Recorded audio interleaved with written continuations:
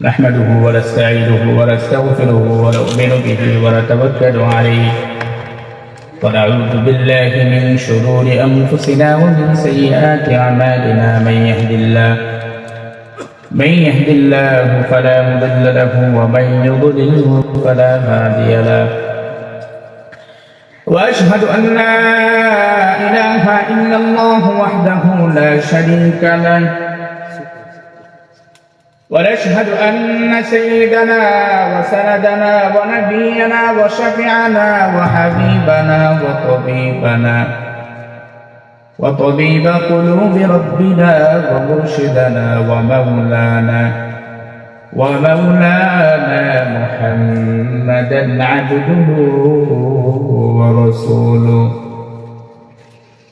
الذي أرسله الله تعالى بالحق بشيرا ونذيرا وداعيا إلى الله بإذنه وسراجا وقمرا منيرا فقد قال الله تبارك وتعالى في آية القرآن الكريم والتين والزيتون وطور سينين وهذا البلد الأمين لقد خلقنا الإنسان في أحسن تقويم ثم رددناه أسفل سافلين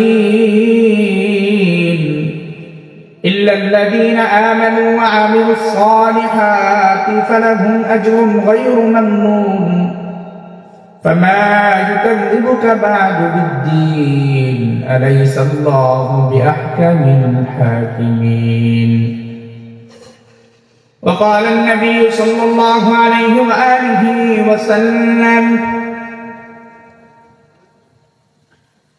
تركت فيكم أمرين لن تضلوا ما تمسكتم بهما كتاب الله وسنة رسوله أو كما قال النبي عليه الصلاة والسلام سبحانك لا علم لنا إلا ما علمتنا إنك أنت العليم الحكيم সকলেই মহব্বতের সাথে দুরূদ শরীফ পড়ি اللهم صل على محمد وعلى آل محمد كما صليت على إبراهيم وعلى آل إبراهيم إنك حميد مجيد اللهم بارك على محمد وعلى آل محمد كما باركت على إبراهيم وعلى آل إبراهيم إنك حميد مجيد মহব্বতের সাথে শ্রদ্ধা নিয়ে ভক্তি বলে জবান বলে একটু জিকির করি লা ইলাহা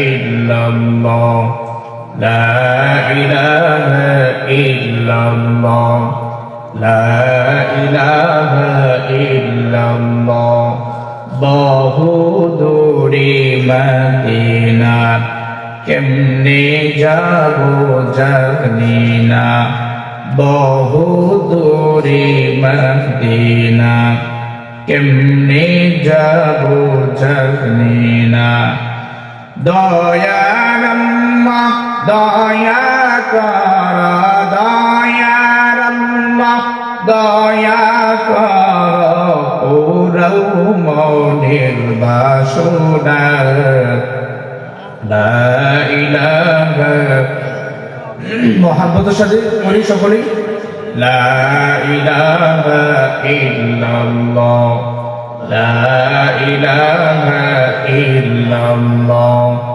লা ইলাহা ইল্লাল্লাহ এই কালেমা মানবে যারা কাজে লাগবে মরণ বেলা এই কালেমা মানবে যারা কাজে লাগবে মরণ বেলা এই কালেমা রৌশনীতে এই কালেমা রৌশনীতে কবর হবে উজালা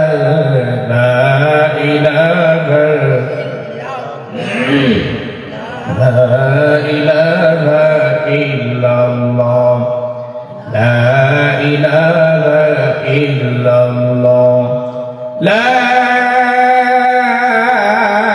ilaha illallah, Muhammadur Rasulullah.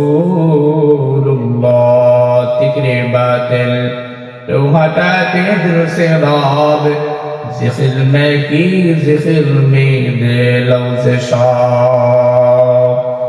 আলহামদুলিল্লাহ, অন্ধকার আয়োজিত বাঙ্গুরা হাজিপাড়া জামে মসজিদ ও মাদ্রাসা উদ্যোগে 29তম বার্ষিক তাফসীর কোরআন মাহফিল 28 ডিসেম্বর 2025 রোজ রবিবার।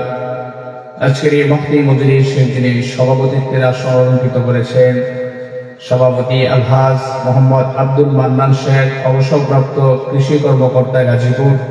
আজকের এই মাহফিল মজলিসের যিনি প্রধান অতিথি, আমার অত্যন্ত মহাব্বতের মানুষ, বড় ভাই জনাব মোহাম্মদ শাহজাহান মুরল, প্রবাসী আমেরিকা। আল্লাহ পাকের নিকট অশেষ মেহেরবানি যে আল্লাহ তাআলা আপনাকে আমাকে সুস্থতার সাথে এমন একটি মাহফিল মজলিসে কোরআনের বাগানে আসা এবং বসার তৌফিক এনায়েত দান করেছেন। এজন্য শুকর একবার সে মহান রব্বুল ইজ্জতের জন্য কালিমাত শুকর আদায় করি আলহামদুলিল্লাহ। জবান বলে আরেকবার বলি না আলহামদুলিল্লাহ। আল্লাহ পাকের অশেষ মেহেরবানি যে আল্লাহ তাআলা আপনাকে আমাকে অন্যান্য নবীর উম্মত না বানাইয়া সর্বকালের শ্রেষ্ঠ পয়গম্বর, আখির নবী, শেষ নবী, হায়াতুন নবী জনাবি মুহাম্মদুর রাসূলুল্লাহ সাল্লাল্লাহু আলাইহি ওয়াসাল্লামের উম্মত হিসেবে আল্লাহ পাক কবুল ও মঞ্জুর করেছেন। এজন্য আরেকবার কালিমাত শুকর আদায় করি বলি আলহামদুলিল্লাহ। আপনাদের সম্মুখে পবিত্র কোরআনের সুপ্রসিদ্ধ একটা সূরা, যে সূরাটা স্বাভাবিকভাবে মসজিদের ইমাম সাহেবগণ মাগরিব অথবা এশার নামাজে বেশিরভাগই করে থাকেন এবং আপনাদের সাথে সূরাটার বহু একটা মিল আছে। সূরাটার নাম হলো সূরাতুত তিন, সূরা ৩ বলে। এই সূরাতুত ৩ থেকে আপনাদের সম্মুখে কিঞ্চিত আকারে স্বল্প সময়ের মধ্যে কিছু কথা বলবো ইনশাআল্লাহ। আল্লাহ পাক রব্বুল ইজ্জত আমাকে এবং আপনাদের সকলকে ধৈর্য সহকারে বলা এবং শোনার তৌফিক দান করেন, সকলে বলে আমিন। এই সূরার মধ্যে আল্লাহ তাআলা কিছু কসম খেয়েছেন, 4টা কসম খেয়েছেন। পবিত্র কুরআনুল কারীমে কিছু কিছু সূরার শুরুতে কিছু শব্দ দ্বারা কসম খেয়েছে। যেমন সূরাতুল ফাতিহার পরে সূরাটার নাম হলো সূরাতুল বাকারা। সূরাটার নাম কি? সূরাতুল বাকারা। এই সূরাতুল বাকারার শুরুতে আমরা প্রথমেই কিছু শব্দগুলো পরে তারপরে সূরাটা শুরু করি। আলিফ লাম মিম আছে না? এগুলো হলো আল্লাহর গোপনীয় তত্ত্বরাশি শব্দগুলোর মধ্যে রয়েছে হারফুল মুকাত্তাআত। আল্লাহ এবং তার রাসূলের এই অর্থ ভালো জানেন। মুফাসসিরিনে কেরাম বলেন যে আল্লাহই ভালো জানেন। তদুপরি পবিত্র পুরা কুরআন কারীমে কিছু সূরার শুরুতে এমন কিছু শব্দ দিয়ে আল্লাহ তাআলা কসম খেয়েছে, কিন্তু এই সূরাতুত ৩ এর মধ্যে এমন কিছু শব্দ দেয় যে হারফুল মুকাত্তাআত আলাদা কোনো শব্দ দেয় না। বাকি একেবারে এমন কিছু জিনিস, এমন কিছু ফল, এমন কিছু জায়গা দিয়ে আল্লাহ তাআলা কসম খেয়েছেন। স্বাভাবিকভাবে আমরা যদি একজন আরেকজনের সাথে কথা বলি, বন্ধু বন্ধুর সাথে কথা বলে, যখন বিশ্বাস করে না তখন বিশ্বাসটা আনার জন্য কি খায়? কসম খায়। যেমন গ্রামগঞ্জে দেখি মধু বিক্রি করে, আছে না? অবিশ্বাস সময় ব্যবসায়ীর মধ্যে অন্যতম একটা ব্যবসা হলো মধু বিক্রি করে, বেচা কেনা করা। এটার মধ্যে রয়েছে কি? মধু। এটা কি খাঁটি মধু নাকি ভেজাল, এই ব্যাপার নিয়ে যিনি বিক্রি করেন ব্যবসায়িক মানুষ, আমি নিজের চোখে দেখেছি। সে তার নিজের কসম, পরিবারের কসম, বাবা মার কসম, এমনকি 14 পুরুষ যুগে যত কসম আছে সব খাওয়ার পরে আরো যদি থাকে ওইটাও খায়া হলেও কি বলে এটা খাঁটি মধু। মানে হলো এই কথাটা আমাদের বিশ্বাসযোগ্য করার জন্য একটা কসম খায়। তো আল্লাহ তাআলা পবিত্র কুরআনুল কারীমে কোন আয়াত বা কোন সূরা, কোন বিষয়, কিছু হুকুম, এগুলো বিশ্বাস আনার জন্য কসম খাওয়ার কোনো দরকার আছে? ইমাম কুরতুবী রাহমাতুল্লাহ আলাইহি বলেন যে আল্লাহ তাআলা কসম খেয়েছেন কেন? কিছু কিছু ক্ষেত্রে বান্দার সাথে আল্লাহ সামঞ্জস্যতা করার জন্য। আল্লাহ তাআলা নিজেকে বান্দার কল্যাণের জন্য বান্দার প্রতি আল্লাহ নিজেকে ঝুঁকায় দিয়েছেন। সুবহানাল্লাহ। যেমন আল্লাহ তাআলা পবিত্র কোরআন কারীমে এক আয়াতে বলেন, উদউনি আস্তাজিব লাকুম। গভীর রজনীতে বান্দা যখন ঘুমায় থাকে অথবা গোটা দুনিয়া যখন ঘুমে নিমজ্জিত, নিস্তব্ধ নির্জন কোনো আওয়াজ নাই, আমি আল্লাহ তখন গভীর রজনীতে বান্দার কল্যাণের জন্য আমি আল্লাহ তাআলা নিজ আসমানে এসে বান্দাকে ডাকতে থাকি, উদউনি আস্তাজিব লাকুম। তোমাদের কার কি প্রয়োজন, কি এমন দরকার আছে আমি আল্লাহর কাছে চাও, আমি আল্লাহ তাআলা সব কিছু সমস্যার সমাধান করে দিব। আল্লাহ তাআলা বান্দার কল্যাণের জন্য নিজেকে ঝুঁকায় দিয়েছেন। আল্লাহ তাআলা বান্দার এতটা কল্যাণকারী, হাসরের ময়দানে আল্লাহ তাআলা কোন বান্দাকে জান্নাত দিল, আল্লাহর কোনো কমতি হবে না, আল্লাহর কোনো লাভ হবে না, কোনো লস হবে না, কোনো কিছুই না। অথবা যদি জাহান্নামে দিয়া দেয়, আল্লাহর কোনো লাভ লস আছে নাকি? কিন্তু আল্লাহ তাআলা বান্দার কল্যাণকামী ভাই বলেন, ফারিকুম ফিল জান্নাতি ওয়া ফারিকুম ফিস সাঈদ।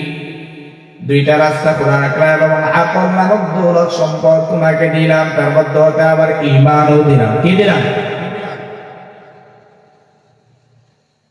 যদি আমি আল্লাহ তাআলা তোমার অমঙ্গল চাইতাম তাহলে একবারে বেপরোয়া ভাবে দুনিয়ায় তোমাকে ছেড়ে দিতাম, কিন্তু আমি আল্লাহ তোমার কল্যাণ চাই। আকল নামক বিবেক বুদ্ধি দিয়েছি, আকল নামক বিবেক বুদ্ধি দিয়ে তুমি দুনিয়ার ক্ষেত্রে যেমন ভালো মন্দ রাস্তা খোঁজ খবর করার জন্য যেমন ভাবে তুমি ছুটোছুটি করো, দৌড়াদৌড়ি করো, আল্লাহ তাআলা বলেন আকল নামক দৌলত সম্পদ অথবা কোরআনের হুকুম বিধি বিধানগুলো দিয়ে দি আমি আল্লাহর জান্নাত তুমি খোঁজাখুঁজি করবে। আল্লাহ তাআলা সূরার মধ্যে কসম খেয়েছেন, তিন একটা ফলের কসম খেয়েছেন।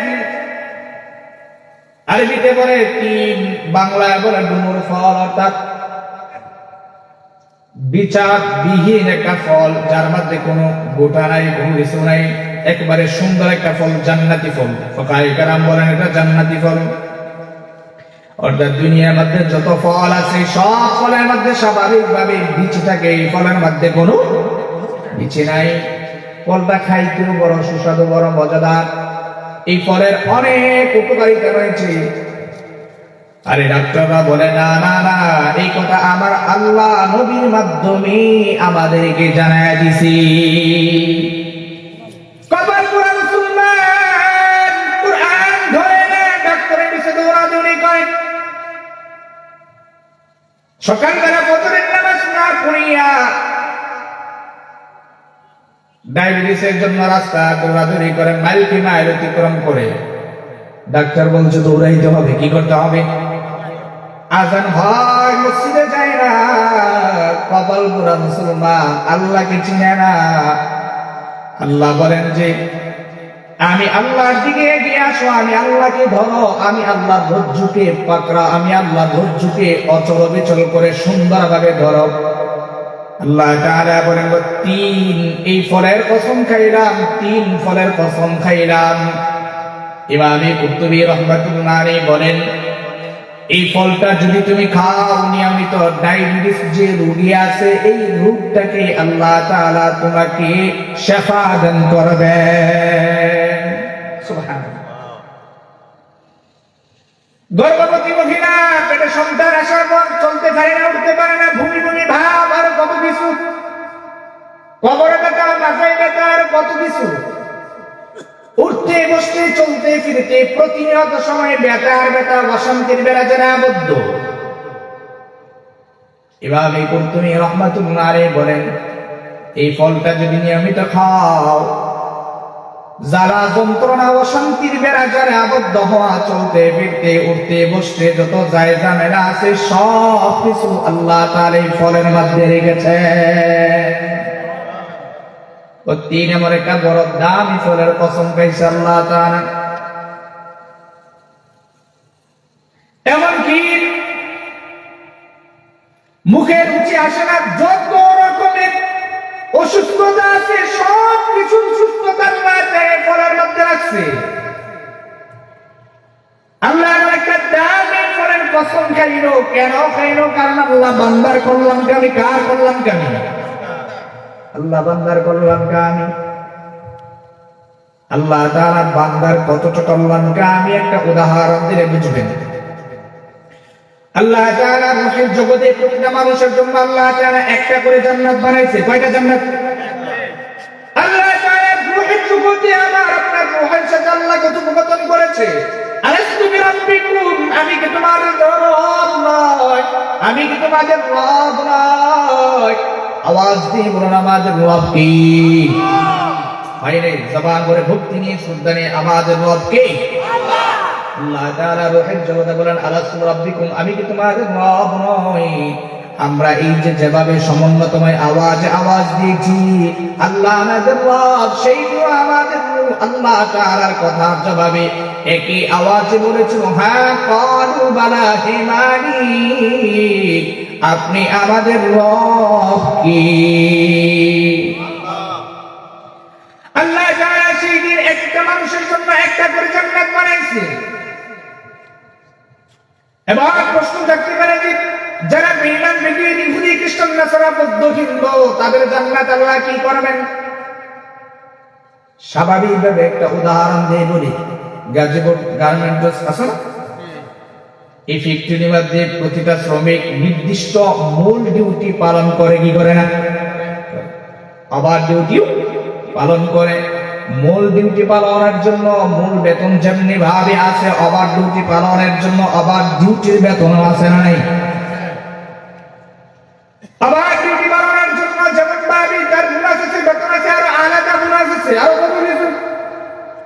আল্লাহ তাআলা বলেন আমি আল্লাহ তাআলা যে বিধান দিয়েছি, আমি আল্লাহ তাআলা যে বিধান গুলো রয়েছে বান্দা, যখন তুমি এগুলো মানবা আল্লাহর বিধান কি, আল্লাহর হুকুম আদেশ কি, ফরজ সঠিক সময়ে আদায় করা। ফরজ কি করা? সঠিক সময় আদায় করা। আল্লাহ বলেন ইন্নাস সালাতা কানাত আলাল মুমিনিনা কিতাবান মাওকুতা। আল্লাহ বলেন যে মুমিনের শান বৈশিষ্ট্য হলো যে মুমিন নামাজের সময় হবে, মুমিন দুনিয়ার সব কাজ ফেলে দিয়ে আল্লাহর ঘর হাজির, আল্লাহর ঘর মসজিদে গিয়ে আল্লাহর হাজিরা দেওয়ার জন্য উপস্থিত হয়ে যাবে। মূল ডিউটি পালন কি? মূল ডিউটি হলো নামাজ পড়া, তারপরে রোজা রাখা, এটা হলো মূল ডিউটি। ফরজ বিধান হজ্জ বাইতুল্লাহ জিয়ারত করা,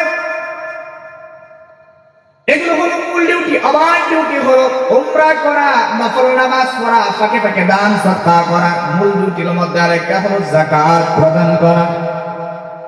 আল্লাহ বলেন মূল ডিউটি পালনের জন্য যেভাবে আমি আল্লাহর দরবারে তোমার জন্য মূল বেতন রয়েছে জান্নাত। এই শুনো শুনো, আমি আল্লাহ তাআলার ইবাদত বন্দেগী করার জন্য মূল ডিউটি মুমিন পালন করে, আর বেঈমান বেদিন ইহুদি খ্রিস্টান নাসারা মূলটাও পালন করে না, অবারটা তো আরো আগেই করে না, আছে না নাই? আল্লাহ তাআলা বলেন আমি আল্লাহ তাআলা হাসরের ময়দানে মুমিন যেভাবে মূল ডিউটি পালন করেছিল তার জন্য জান্নাত, যে একটা একটা করে জান্নাত বানাইছিলাম তার জন্য নির্দিষ্ট জান্নাত, বেঈমান বেদিন ইহুদি খ্রিস্টান নাসারা বৌদ্ধ হিন্দুদের জন্য যে জান্নাত আমি আল্লাহ বানাইছিলাম, মুমিন আবার ডিউটি পালন করার জন্য তাদের জান্নাত আমি আল্লাহ তাআলা মুমিনদেরকে বোনাস দিয়া দিব।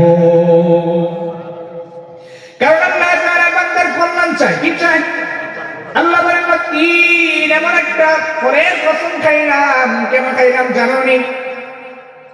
তুরি সিনিন ওয়াত্তিন ওয়াজ-যাইতুন, যাইতুনের কসম। যাইতুন হলো একটা তেল, একটা ফল, একটা এমন একটা বিশেষ বস্তু। ওয়াজ-যাইতুন আমরা গ্রাম্য ভাষায় বলি বা আমাদের দেশে অলিভ অয়েল বলে, আছে না নাই? মায়ার নবী বলেন এই তেল আমি খাইছি, শরীরেও মাখছি, এই তেলেরও অনেক উপকারিতা আছে। এটা একটা ফল থেকে ছোট আকার একেবারে, এটা থেকে বানানো হয় এই অলিভ অয়েল তেল। এই তেল দাড়িতে দিলে ঝকমক ঝকমক ঝিলমিল করে, তারপরে আবার শরীরে, এই যে শীতের দিন শরীর বলদা হয়ে গেছে, শরীর বলদা হয়ে গেছে, এই তেল দিলে শরীর একবারে ফিট থাকবে। মায়ের নবী বলেন এই তেল আমি খাইছি, শরীরে দিছি, সাহাবায়ে কেরামদেরকে বলছি তোমরাও খাও, তোমরাও শরীরে দাও, কোনো সমস্যা।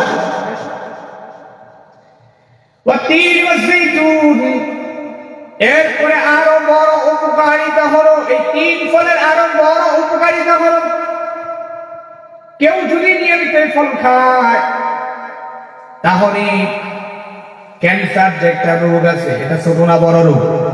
বড় রোগ। ইমাম কুরতুবী রাহমাতুল্লাহ আলাইহি বলেন নিয়মিত যদি কেউ এই 3 ফল খায় তাহলে আল্লাহ তাআলা ক্যান্সার যে রোগ আছে এই রোগ কখনোই তাকে আল্লাহ দিবেন না, বা তার এই রোগ হবে না। এত বড় বড় জিনিসের কসম আল্লাহ কেন খাইলো? পরে আসতেছি। এরপরে সিনাই পর্বতের কসম খাইল আল্লাহ তাআলা। এত বড় পাহাড়ের কসম আল্লাহ তাআলা কেন খাইল? পবিত্র পাহাড়ের কসম। কেমন পবিত্র? পয়গম্বর মুসা আলাইহিস সালাতু ওয়াস সালাম এই পাহাড়ে আরোহণ করার জন্য যখন জুতা নিয়ে যায়, ইন্নী আনা রাব্বুকা ফাখলা'না আলাইক ইন্নাকা বিল ওয়াদিল মুকাদ্দাস তুওয়া। হে মুসা, জুতা নিয়ে এই পবিত্র তুরে সিনার এই পবিত্র পাহাড়ের উপর আরোহণ করিও, জুতা রেখে যাও। فلما تجلى ربه للجبل جعله دكا وخر موسى صعقا فلما أفاق قال سبحانك تبت إليك وأنا أول المؤمنين। পয়গম্বর মুসা আলাইহিস সালাতু ওয়াস সালাম এই পাহাড়ের উপর অবস্থান করে আল্লাহর সাথে কথা কইতো। কি কইতো? আল্লাহর সাথে কথোপকথন করতো। ওয়া কাল্লামাল্লাহু মুসা তাকলিমা। এই পাহাড়ের উপর অবস্থান করে আল্লাহ তাআলার সাথে পয়গম্বর মুসা আলাইহিস সালাতু ওয়াস সালাম আল্লাহ তাআলার সাথে কথা বলতো। কোরআনের তাফসীরে আছে আল্লাহকে বলে আল্লাহ আপনার সাথে কথা কই আমার মনটা ভরে, এই এর মালিক আমি আপনাকে দেখতে চাই। কি করতে চাই? আল্লাহ তাআলা বলেন তারানি, কখনোই না, তোমার এই চর্ম চক্ষু দিয়ে আমি আল্লাহকে তুমি দেখতে পারবা না। তারপরও মুসার মন মানে না, কারণ কাল্লামাল্লাহু মুসা তাকলিমা। পয়গম্বর মুসা আলাইহিস সালাতু ওয়াস সালাম আল্লাহ তাআলার সাথে এত পরিমাণ কথোপকথন করেছে, এত পরিমাণ কথা বলেছে, যার ফলে আল্লাহ তাআলা মুসা কালিমুল্লাহ উপাধি দিয়েছে। এই পাহাড়ের কসম কেন খাই আল্লাহ তাআলা? একবার দুইবার তিনবার মুসা কথা শুনে না, পরিশেষে পয়গম্বর মুসা আলাইহিস সালাতু ওয়াস সালাম আল্লাহকে বলে আল্লাহর মন মানে না, দেখবই আমি। আল্লাহ তাআলা বলে যে তুমি তো আসলে আমাকে দেখতে পারবা না, যাও যাও দেখো। উনজুর ইলাল জাবাল, তুমি দৃষ্টিপাত করে দেখো এই পাহাড়ের উপর আমি আল্লাহ তাআলা নূরের তাজাল্লির একটা চমক আমি ফেলে দিলাম। পয়গম্বর মুসা আলাইহিস সালাতু ওয়াস সালাম নূরের তাজাল্লির আলো দেখিয়া বেহুশ হয়ে পাহাড়ের উপর পড়ে গিয়েছে। সুবহানাল্লাহ। এত বড় পাহাড়, একটা কসম আল্লাহ তাআলা কেন চাইল? এই পাহাড়ের আরো অনেক বৈশিষ্ট্য রয়েছে। সিনাই পর্বতের পাহাড়, পয়গম্বর মুসা আলাইহিস সালাতু ওয়াস সালাম আল্লাহ তাআলার কাছে পরিশেষে বলে আল্লাহ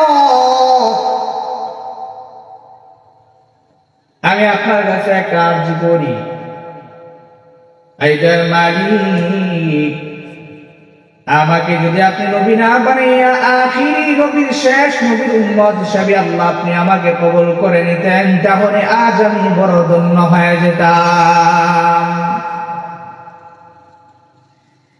পয়গম্বর মুসা আলাইহিস সালাতু ওয়াস সালাম এই পাহাড়ের উপর অবস্থান করে সূরাতুল বাকারার লম্বা আকারে তাফসীর আছে যে যে কিতাব আল্লাহ তাআলা পয়গম্বর মুসা আলাইহিস সালাতু ওয়াস সালামকে দিয়েছিলেন, এই কিতাব যখন তার কওমের কাছে নিয়ে আসে, বনি ইসরাইলদের কাছে নিয়ে আসে, তখন তারা এই কিতাবকে অস্বীকার করে, নবীকে অস্বীকার করে। বনি ইসরাইল লোকরা কিন্তু মারাত্মক ডেঞ্জারাস, তারা উম্মত ছিল, বিশ্ব পাকনামি করত। একবার, দুইবার, তিনবার এই পাহাড়ের উপর পয়গম্বর মুসা আলাইহিস সালাতু ওয়াস সালাম যায়। পরিশেষে বনি ইসরাইলদের এমন বড় বড় কিছু নেতারা আছে, তারা বলল যে তোমার ধর্মকে আমরা বিশ্বাস করব, তোমার এই কিতাবকেও আমরা বিশ্বাস করব, যদি তুমি এই আমাদের এই বনি ইসরাইলদের মধ্যে হতে বড় বড় যে কয়েকজন প্রসিদ্ধ নেতা আছে তাদেরকে তোমার সাথে নিয়ে এই তুর পাহাড়ের উপর যাইবা। ওখানে যাওয়ার পরে তোমার আল্লাহর সাথে আমরা কথা বলবো। এই বলবো, আমরা কথা বলবো।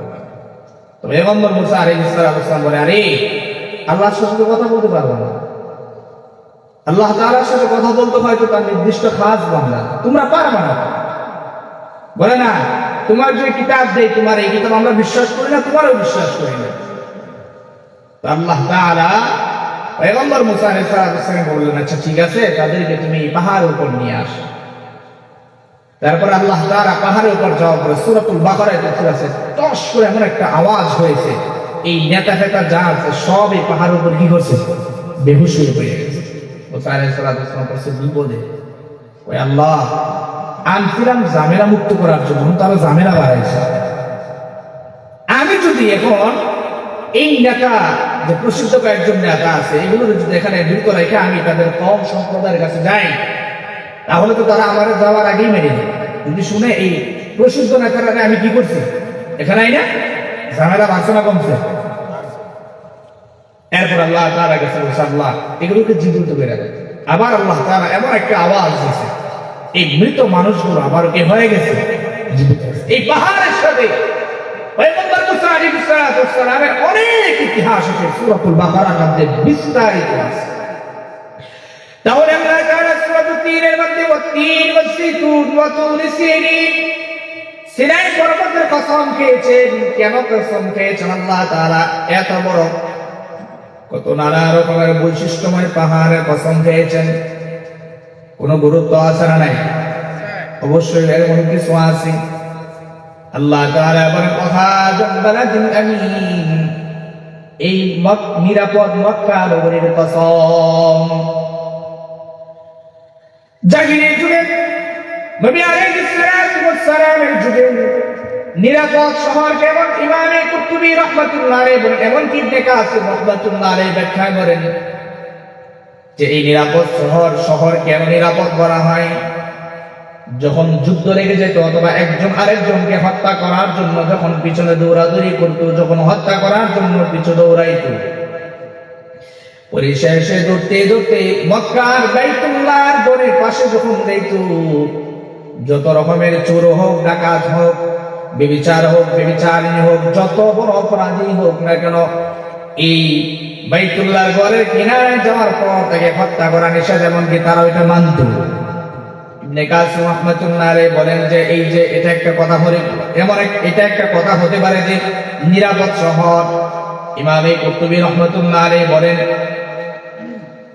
মায়ার নবী মক্কার নগরীতে এত পরিমাণ কষ্ট করেছে, এত পরিমাণ মায়ের নবীকে নির্যাতন করেছে, এত পরিমাণ নিপীড়ন করেছে, এত পরিমাণ নবীর উপর জুলুম করেছে। পরিশেষে যখন ফাতহে মক্কা হলো, মক্কা বিজয় হলো, ফাতহে মক্কা হওয়ার পর যারা নবীকে কষ্ট দিয়েছে, যারা নবীকে অত্যাচার করেছে, নবীর উপর জুলুম করেছে, মায়ার নবী সমন্বিতভাবে একেবারে ঘোষণা করে দিল যে সবাইকে আমি নবী মাফ করে দিলাম। সুবহানাল্লাহ। যে মায়ার নবী 2 রাকাত নামাজ পড়ার জন্য বাইতুল্লাহ ঘরের চাবি চেয়েছিল, নবীকে চাবি দেওয়া হয় না, এমনকি কত নানা রকমের কষ্ট দিয়েছিল।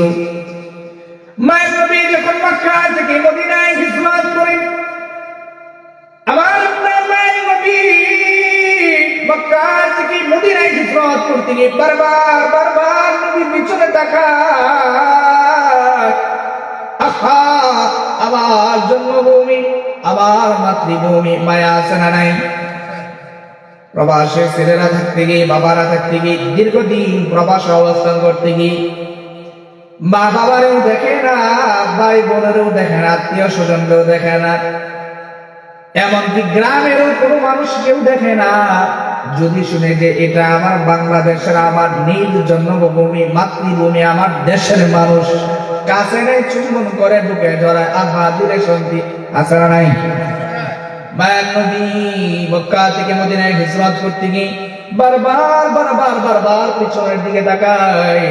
নবীর মনের মধ্যেও দরদ আছে, মায়া আছে, যন্ত্রণা আছে, কষ্ট আছে। মাতৃভূমির জন্য, জন্মভূমির জন্য নবীর মায়া মহাব্বত আছে না নাই? বাড়ি থেকে একদিন, দুদিন, 3 দিন মানুষরা চিল্লাই যায়, 40 দিন 2 চিল্লা 3 চিল্লা, অথবা এক জায়গা থেকে আরেক জায়গায় যায়। কিছুদিন যাওয়ার পর যখন মা বাবারেও দেখে না, সন্তানাদিদেরকেও দেখে না, পরিচিত কাউকেও দেখে না, পরিশেষে গ্রামের একজন মানুষকেও যদি হঠাৎ করে দেখে পেয়ে, হৃদয়টা বড় ভরে যায়, আনন্দিত হয়ে যায়, প্রফুল্লতায় অন্তরের মধ্যে মেতে উঠে, আর বুকে ধরায়, আলিঙ্গন করে, কেমন জানি হৃদয়ের মধ্যে একটা শান্তি অনুভব হয়, ঠিক না? মায়ের নবী যখন মক্কা থেকে মদিনায় হিজরত করি, মদিনায় হিজরত করতে গিয়ে বারবার বারবার মায়ের নবী পিছনের দিকে তাকায়, বাইতুল্লাহর ঘরের দিকে তাকায়। পরিশেষে যখন আল্লাহ তাআলা ফতহে মক্কা বিজয় করে দিল, নবী আলাইহিস সালাতু ওয়াস সালাম নিরাপদ শহরে অবস্থান করা, এই নিরাপদ শহরে অবস্থান করতে গিয়ে সবাইকে যখন মাফ করে দিল, এমন সুস্থ সমাজ, এমন সুন্দর সমাজ আর কোথাও হতে পারে না। শান্তিকারক ইসলামের সৌন্দর্য কেমন! ইসলাম যখন প্রতিষ্ঠা হয়ে গেল, মদিনার মানুষগুলো, মক্কার মানুষগুলো দলবদ্ধ হয়ে ইসলাম গ্রহণ করে, কালিমা গ্রহণ করে, নিরাপদ শহর, কোনো অশান্তি নাই, কোনো বেড়াজাল নাই। আরে আমরাও তো বলি ইসলাম রাষ্ট্রের সৌন্দর্য কি? ইসলামী রাষ্ট্রের সৌন্দর্য কি? নিজেদের মধ্যে ভ্রাতৃত্বের বন্ধন তৈরি হয়, সুখ দুঃখ ভাগ করে নেওয়া হয়, পরস্পরের মধ্যে সহানুভূতি তৈরি করা হয়। আমরাও তো ব্যাকরণে পড়েছি, পরস্পরের সহযোগিতা ও সহানুভূতির ভিত্তিতে মানুষ যখন মিলেমিশে বাস করে, তখন দেখে সমাজ বনে। ইসলামী রাষ্ট্রের সৌন্দর্য এমন কি? ওমর ইবনুল খাত্তাব রাদিয়াল্লাহু তাআলা ইসলামী রাষ্ট্রের সৌন্দর্যতা তিনি প্রতিষ্ঠা করেছেন। মায়ের নবী ইসলামী রাষ্ট্রের সৌন্দর্যতা প্রতিষ্ঠা করেছেন। এটাকেই বলে নিরাপদ শহর। কেমন নিরাপদ শহর! মায়ের নবী খেলাফত প্রতিষ্ঠা করেছেন। 4 খলিফা সমাজকে সুন্দর করেছেন। নবী সমাজকে স্বর্ণের সমাজ বানিয়েছেন। আবু বকর সিদ্দিক রাদিয়াল্লাহু তাআলা, ওমর ইবনুল খাত্তাব রাদিয়াল্লাহু তাআলা, উসমান গনি যুন্নুরাইন রাদিয়াল্লাহু তাআলা, আলী কাররামাল্লাহু ওয়াজহা, 4 খলিফা সমাজকে সুন্দর করেছেন। ওমর রাদিয়াল্লাহু তাআলা সমাজ কেমন ছিল? ওমর রাদিয়াল্লাহু তাআলা হঠাৎ করে একদিন দেশ কামরামাতে নিজ ঘরে রাষ্ট্রীয় মোমবাতি দিয়ে, রাষ্ট্রের টাকায় মোমবাতি দিয়ে রাষ্ট্রের কাজ করতেছে। হঠাৎ করে তার নিজ আত্মীয় স্বজনদের মধ্যে এমন লোক উপস্থিত হয়ে গেছে। দরজার মধ্যে কড়া নাড়া দেওয়ার পর ওমর রাদিয়াল্লাহু তাআলা দেখতে পাইলেন যে আমার নিকটতম আত্মীয় স্বজন এসেছে। ওমর রাদিয়াল্লাহু তাআলা বাইতুল মাল, রাষ্ট্রের কোষাগার, রাষ্ট্রের টাকা দিয়ে যে মোমবাতি কিনে রাষ্ট্রের কাজ করতেছিল, নিকটতম ব্যক্তি আসার পর, আত্মীয় স্বজন আসার পর মোমবাতি এটা বন্ধ করে দিয়েছে, এটা নিভাইয়া দিয়েছে, আরেক মোমবাতি ধরাইছে। আত্মীয় স্বজন এসে বলে, ও আমিরুল মুমিনিন, মোমবাতি বন্ধ করলেন, আবার জ্বালাইলেন, কাহিনী বুঝলাম না, তার রহস্য কি? ওমর ইবনুল খাত্তাব রাদিয়াল্লাহু তাআলা বলেন যে মোমবাতি যেটা জ্বালানো ছিল, যেটা ধরানো ছিল, এটা তো রাষ্ট্রের টাকার কিনা। দেশের টাকার কিনা? রাষ্ট্রের টাকার কিনা।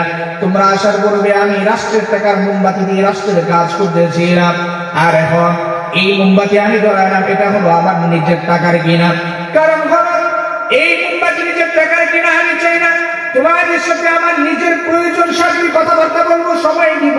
রাষ্ট্রের কিনা টাকার মোমবাতি কিনে আমি রাষ্ট্রের সাথে বেইনসাফি করবো, রাষ্ট্রের টাকা আমি নষ্ট করবো, এটা আমি ওমর দ্বারা হতে পারে না ইসলামী রাষ্ট্রের সৌন্দর্যতা কি, নিরাপদ শহরের সৌন্দর্যতা কি, সুস্থ সমাজের স্বাভাবিক সমাজের সৌন্দর্যতা কি?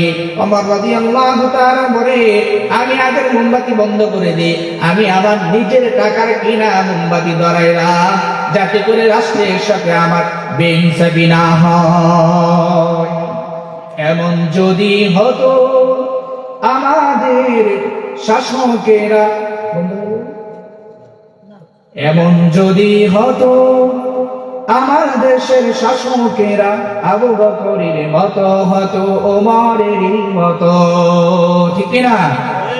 এমন যদি হতো আমার দেশের শাসকেরা ওমরের মতো হতো, আবু বকরের মতো, জনগণের খোঁজ খবর নিত রাত দুপুরে, ঘুরে ঘুরে দেখতো কে কেউ আছে অনাহারে, আছে কে কেউ অনাহারে।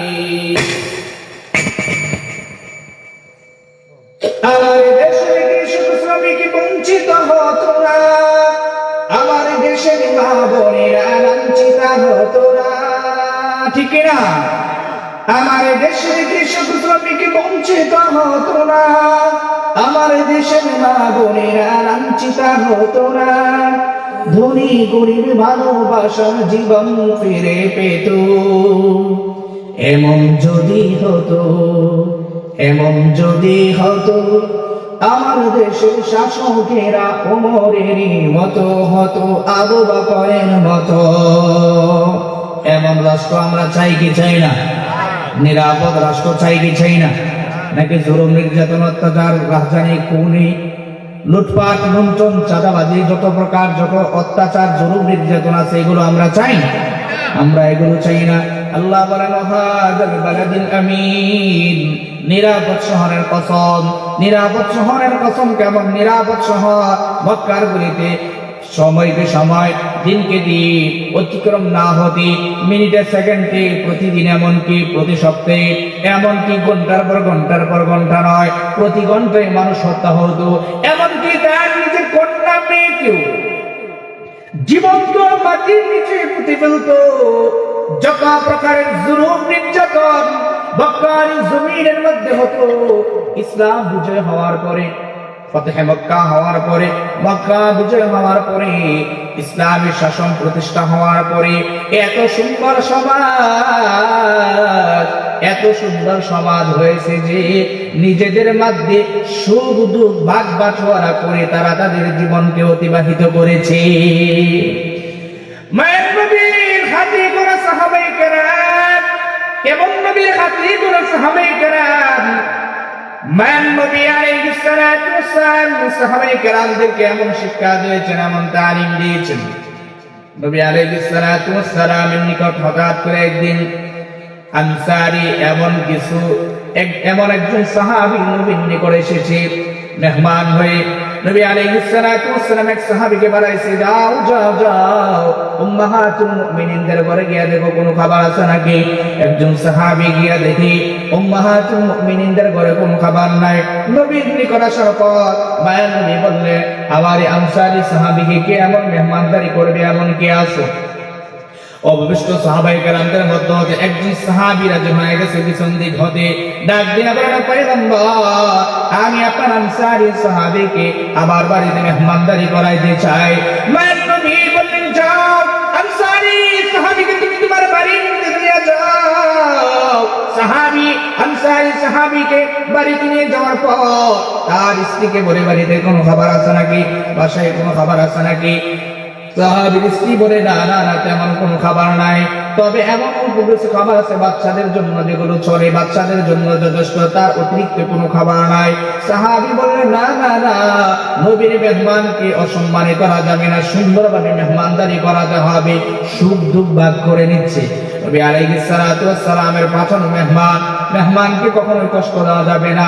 এটা মেজবানের কাজ হতে পারে না, মেজবানের বৈশিষ্ট্য হতে পারে না।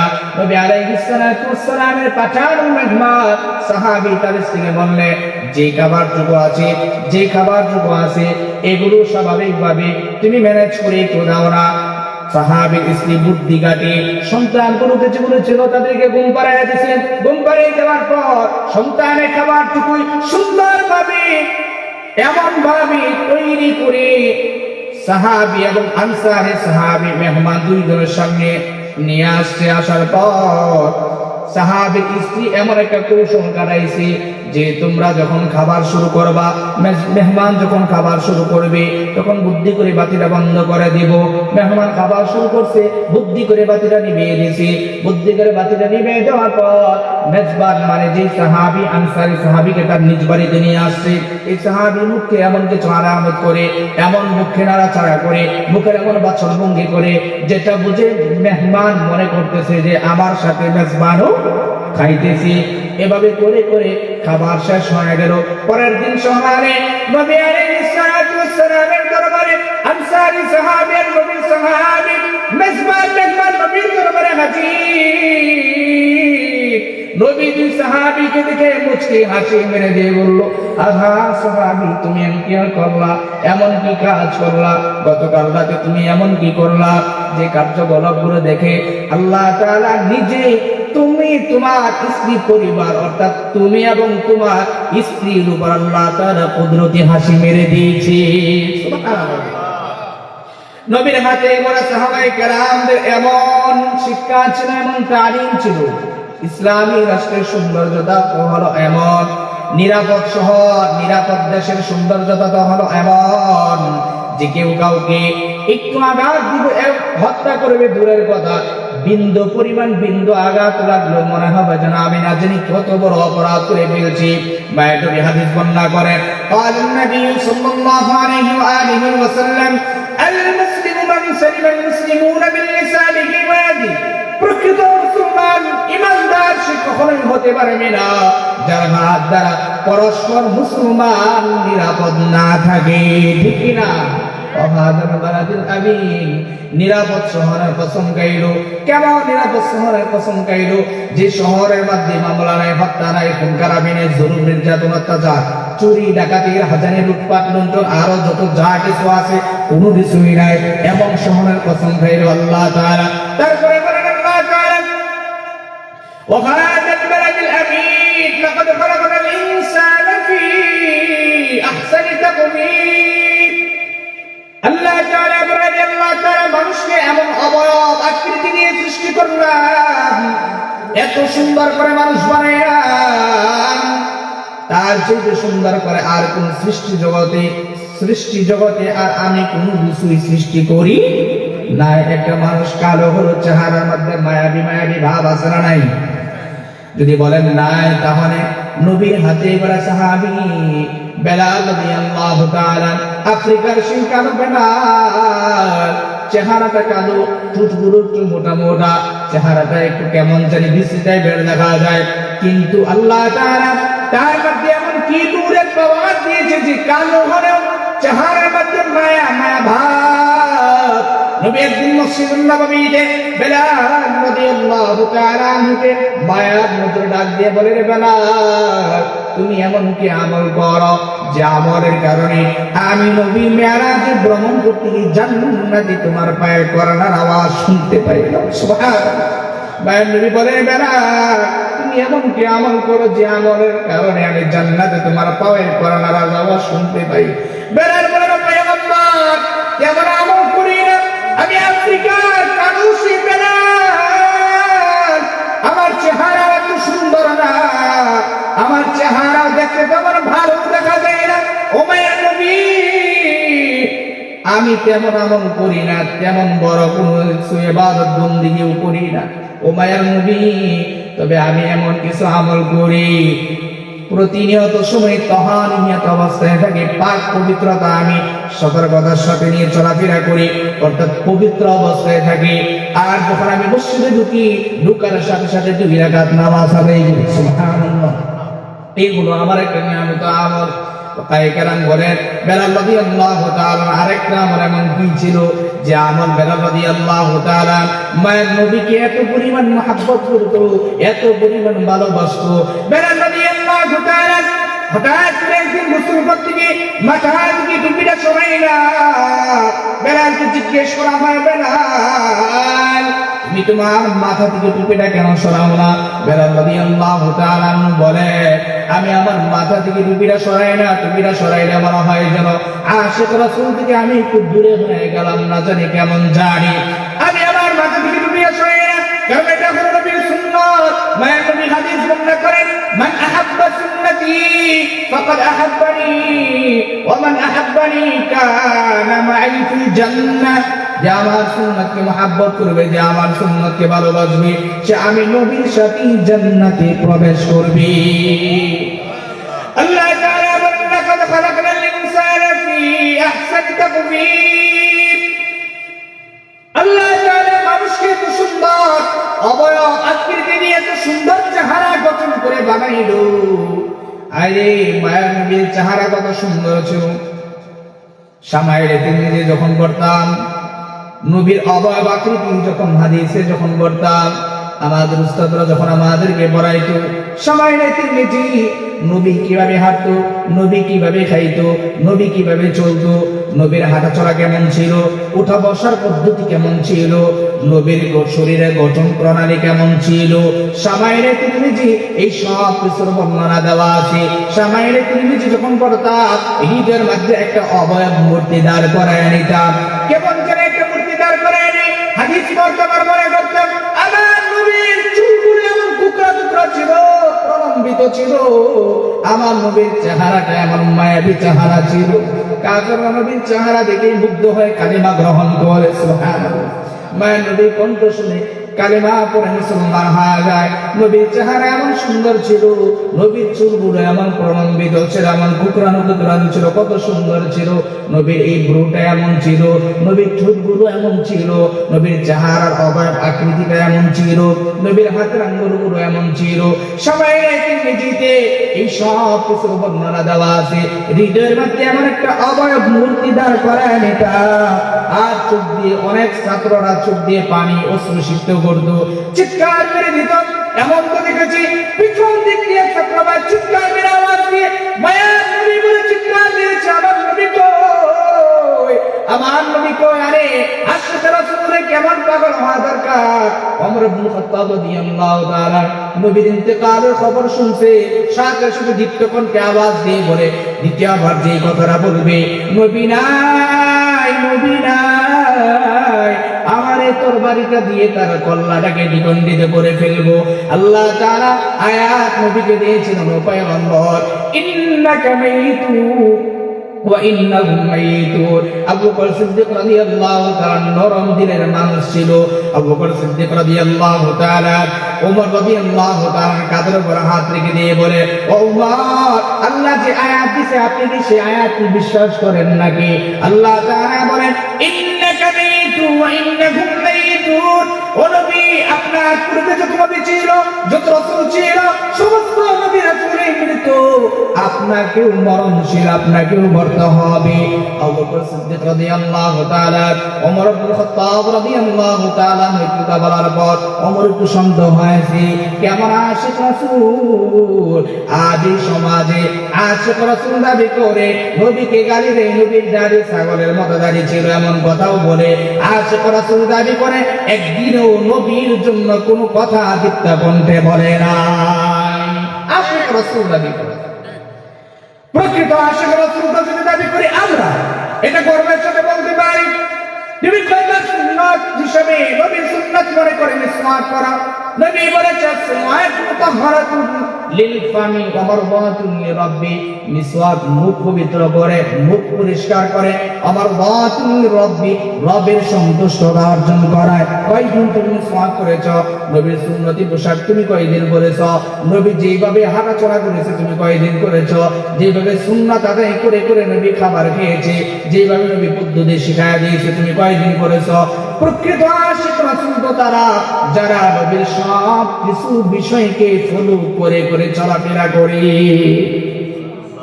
আল্লাহ তাআলা বলেন, লাকাদ খালাকনাল ইনসানা ফি আহসানি তাকওয়িম। আল্লাহ তাআলা মানুষকে বড় সুন্দর আকৃতি দিয়ে বানাইছে। আল্লাহ তাআলা এত সুন্দর আকৃতি দিয়ে বানাইছে, পয়গম্বর নূহ আলাইহিস সালাতু ওয়াস সালাম, ভালো করে শুনুন, পয়গম্বর নূহ আলাইহিস সালাতু ওয়াস সালাম 950 বছর কালিমার দাওয়াত দেওয়ার পরেও কয়জনের কালিমা গ্রহণ করেছে? পয়গম্বর নূহ আলাইহিস সালাতু ওয়াস সালাম আবার একটু বিরক্ত হয়েছে, আর কত কালিমা গ্রহণ করে না, বরং উল্টা আর নবীর উপর উল্টা অপবাদ দেয়। পয়গম্বর নূহ আলাইহিস সালাতু ওয়াস সালাম পরিশেষে আল্লাহর কাছে মনোনয়ন أيها المالك وقال نوح رب لا تذر على الأرض من الكافرين ديارا إنك إن تذرهم يضلوا عبادك ولا يلدوا إلا فاجرا كفارا أي الله এত পরিমাণ কালিমার দাওয়াত দিলাম, কালিমা তারা গ্রহণ করেন, আমার সন্তানকে না, আপনি তাদেরকে ধ্বংস করে দিন। আল্লাহ তাআলা পয়গম্বর নূহ আলাইহিস সালাতু ওয়াস সালামকে বললেন, তুমি একটা কিস্তি বানাও, একটা নৌকা বানাও, যে নৌকার মধ্যে তোমার কালিমা এবং আমি আল্লাহকে রব করে যারা বিশ্বাস করেছে, যারা মেনে নিয়েছে, যারা কালিমা গ্রহণ করেছে, তাদেরকে নিয়ে তুমি নৌকাতে অবস্থান করো। পয়গম্বর নূহ আলাইহিস সালাতু ওয়াস সালাম নৌকাতে আরোহণ করার পর আর বাকি যে কম সম্প্রদায়, বাকি যে মানুষগুলো আছে, আল্লাহ তাআলা প্লাবন দিয়ে এই সবগুলোকে ধ্বংস করে ফেলল। সবগুলোকে ধ্বংস করার পর পয়গম্বর নূহ আলাইহিস সালাতু ওয়াস সালাম আল্লাহকে বলে, আল্লাহ এত সুন্দর চেহারা দিয়ে বানাইলেন, এত সুন্দর আকৃতি গঠন করে বানাইলেন, আপনার বান্দা গুরুর জন্য কি আপনার কুদরতি পরিচয়কে একটু মায়াও লাগে না? পয়গম্বর নূহ আলাইহিস সালাতু ওয়াস সালাম আল্লাহকে কথা বলার পর আল্লাহ তাআলা এই কথার জবাব পয়গম্বর নূহ আলাইহিস সালাতু ওয়াস সালামকে দিচ্ছে। আল্লাহ তাআলা পয়গম্বর নূহ আলাইহিস সালাতু ওয়াস সালামকে নির্দেশ দিচ্ছে যে তুমি মাটি দ্বারা কিছু মূর্তি বানাও, ডেক পাতিল হাড়ি কিছু বানাও। পয়গম্বর নূহ আলাইহিস সালাতু ওয়াস সালাম মাটি দিয়ে ডেক পাতিল হাড়ি কিছু মূর্তি বানাইছে।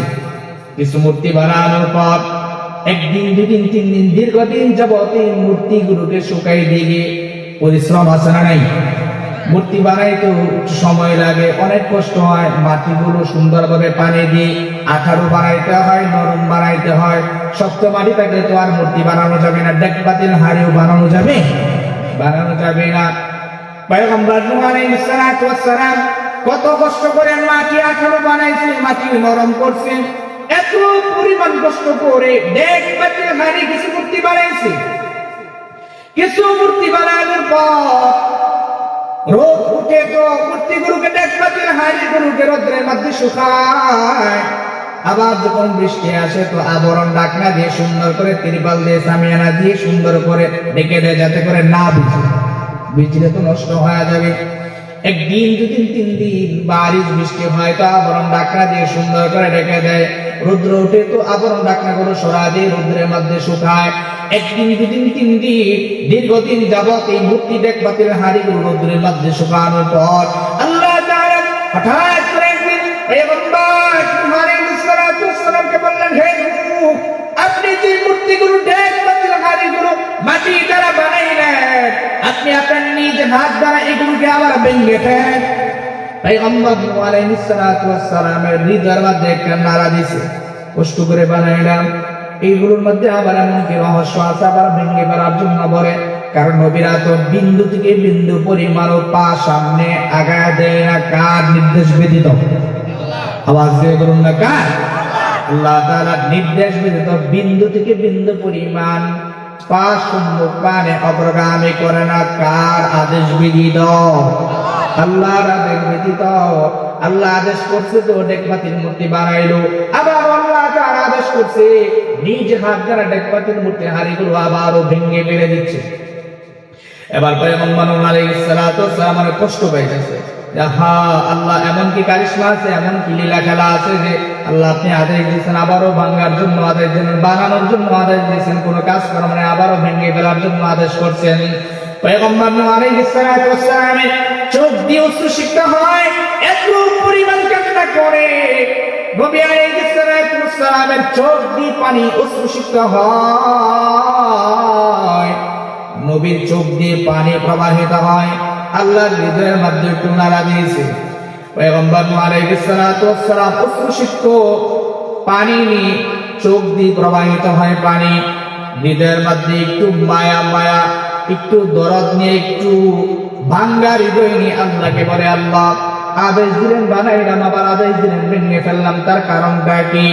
পয়গম্বর আলাইহিস সালাম কান্না করে এত কষ্ট করে বানাইলাম। পয়গম্বর আলাইহিস সালামের জবাব এবার আল্লাহ দে, হে নূহ, আমি যে মানুষগুলোকে বানাই না, বানানোর পর প্রাণ দিয়ে আবার তাদেরকে ধ্বংস করে ফেললাম, আপনি আমাকে এই প্রশ্ন করেছিলেন যে আল্লাহ আপনার হৃদয়ে একটু মায়া লাগে না? আপনার হৃদয়ে কি একটু মায়া লাগে না? আজ যে মূর্তি আপনি আপনার নিজ হাত দ্বারা বানাইলেন, এই মূর্তিগুলোর ভিতর তো আপনি রূহ দেন নাই, কথা বলার শক্তিও দেন নাই, চলাফেরার শক্তিও দেন নাই। এগুলোর জন্য যদি আপনার যদি মায়া লাগে, কষ্ট লাগে, চোখ দিয়ে পানি প্রবাহিত হয়, আমি আল্লাহ যে মানুষগুলোকে বানাইলাম এগুলোর জন্য আমি আল্লাহর কুদরতে পড়ে যাই, কষ্ট আছে না? কিন্তু আমি আল্লাহ তাআলার নিজাম হলো, আফাহাসিবতুম আন্নামা খালাকনাকুম আবাসান ওয়া আন্নাকুম ইলাইনা লা তুরজাউন।